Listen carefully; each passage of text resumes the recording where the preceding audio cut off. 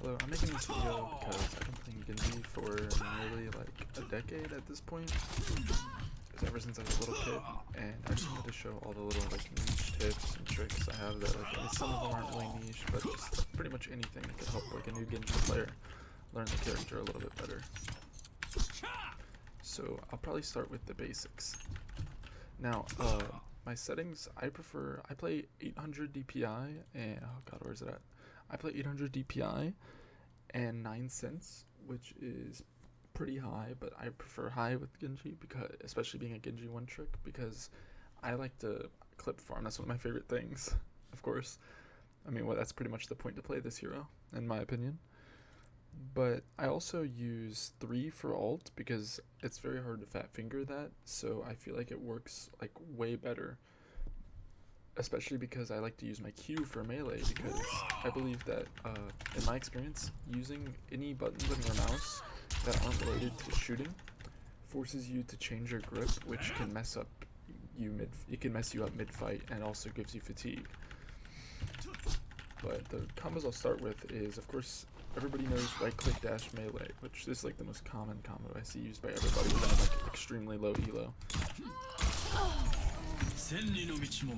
It's pretty much just used for a multitude of things. It's a pretty good combo, but it can be mostly overused a lot by people. I see a lot of people overuse it in situations where they could do better combos, like dash right click melee, which that's a very good combo to use, especially against heroes like Widowmaker. But the only issue I see a lot of people do, a lot of people have when they use the right click right after their dash and then melee, is you don't want to dash directly at Widowmaker, because when you're in Genji dash, your head is at the very front, and it's very easy for her to headshot you.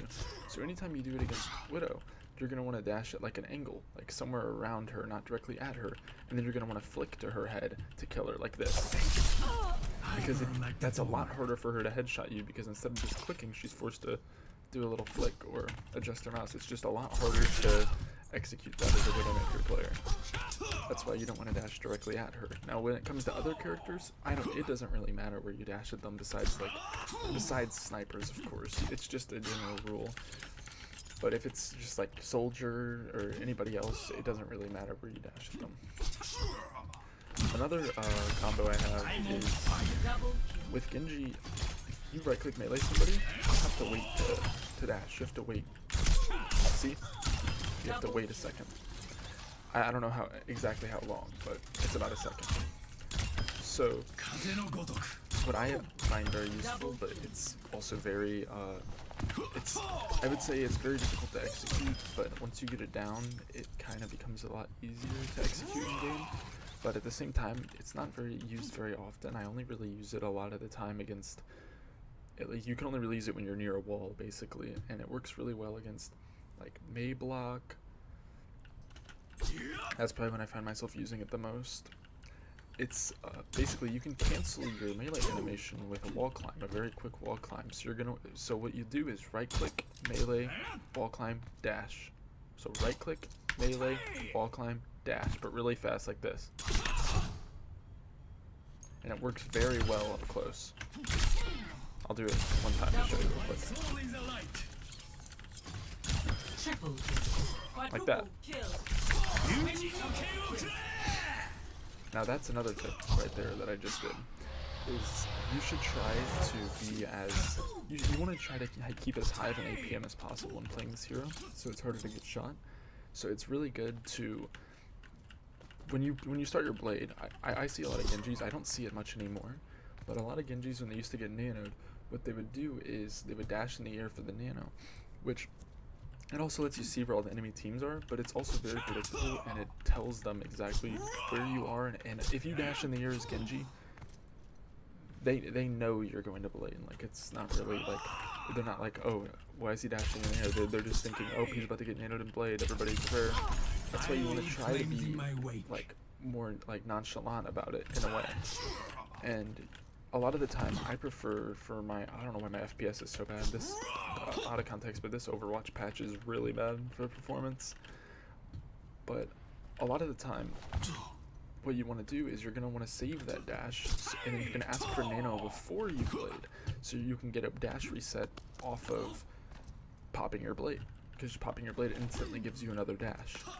So what you're going to want to do is, instead of just dashing in the air and blading like that, because they're just going to look at you, you're going to want to dash at them, and then you can always right click, and you can actually instantly animation cancel your right click into blade. Let me show. I find it extremely useful. I use it pretty much almost every single blade. What I prefer to do as well with my blade is I also like to, after I dash right click, I like to wall climb during the animation of unsheathing the blade. So like something like this. Because it keeps you unpredictable and keeps you moving. I'll show it one more time.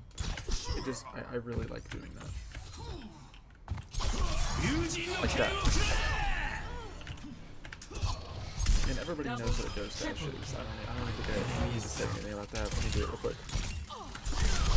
Like that. It's just an instant dash one after another, basically. Another thing you can do is when you blade, if you do want to right click melee after you blade, because maybe it's like a habit, if you wall climb, you can cancel it instantly into your blade like this.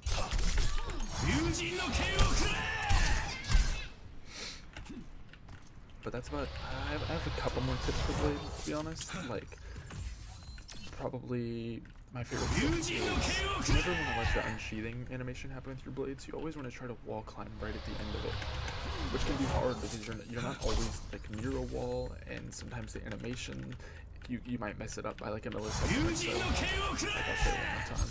So I'll give you a solution to that as well. Like that. Like I'm not even very good at doing it, to be honest, I guess, because I'm so used to doing it the other way. The way I'm talking about, of course, is you can either, this is kind of less optimal because it's a cooldown and you can use cooldowns for everything, but you can end it early with your deflect as well, because you just kind of, if you don't have time to get to the wall, you can deflect. It's just, you kind of want to avoid the animation for the sheathing as much as possible. Like if you're not close enough to a wall, you can extend it with your deflect. But my favorite thing to do is that I've been doing for a long time, which I used to do the old way, but I'm used to this now, is when you're not close to a wall, you can actually swing to keep the blade animation going like that for a little bit longer, so you have enough time to touch the wall. That's what I pretty much do 90% of my blades to end early. Because the difference in or not, you have to wait. And you're also very vulnerable during that because you can't deflect, you can't do anything. So the best thing to do is you always end your blade with a wall climb. So you can also end it with a dash actually if it's a good time. But you don't always have your dash, of course. So the best thing to do is to swing and then wall climb, because the swing opens up your window to be a little bit longer for the wall climb, like that.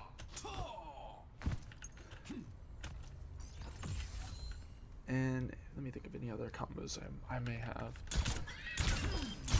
Double kill. Well, I think that's probably about it that I have for when it comes to Genji tips or Genji mechanics, to be honest.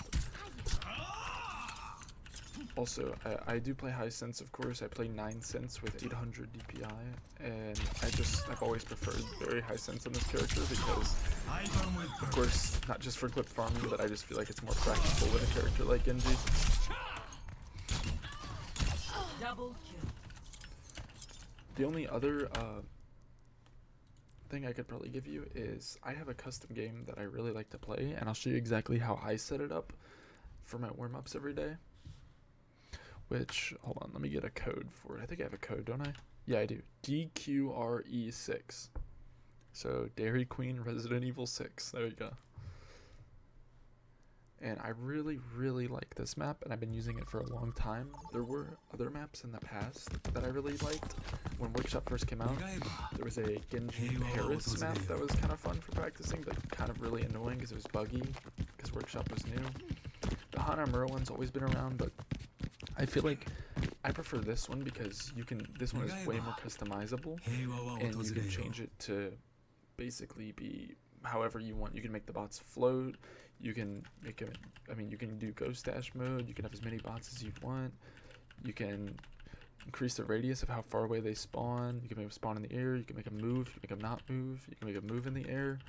Whatever you want, basically.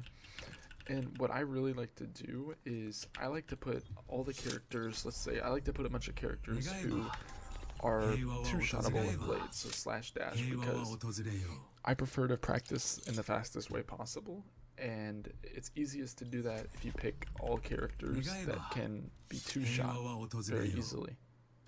So we'll put Pharah, because Pharah is a character who can two-shot with blade, and then we'll put, I don't think you can two-shot on. I'll have to see though. Then we'll put, let me think who else I want to put. You can't two-shot a Yari, sadly, which is funny to me because that character does not need that much HP. Lucio, of course, can be two-shot. Ana can't be two-shot. Moira can be two-shot. So these are all characters who can be two-shot. I'm pretty sure. Let me check out the Ana. Oh no. I'm wrong. 250. My bad. Jetpack Cat is one of them.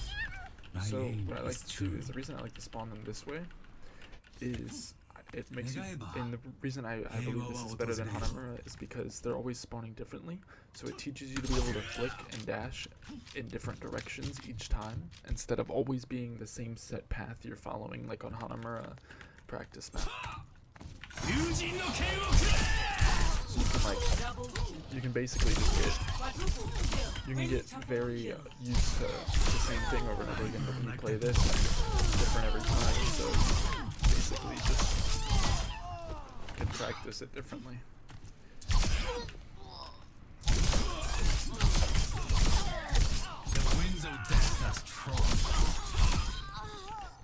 But you can also turn them to floating, which is very good for practicing anything in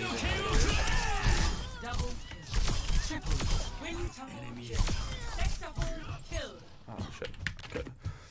Yeah, I'm getting terrible FPS because of this patch of recording, but I mean, this is pretty much, I think, all the tips I have for Genji. There used to be a very good ghost dash practice map that was on King's Row that was outside of the map on top of the roof of the first attacker's spawn, which I really liked that one.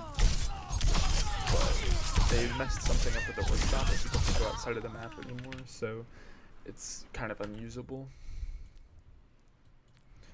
And I mean, that's pretty much all I have for Genji that I can think of right now, at least.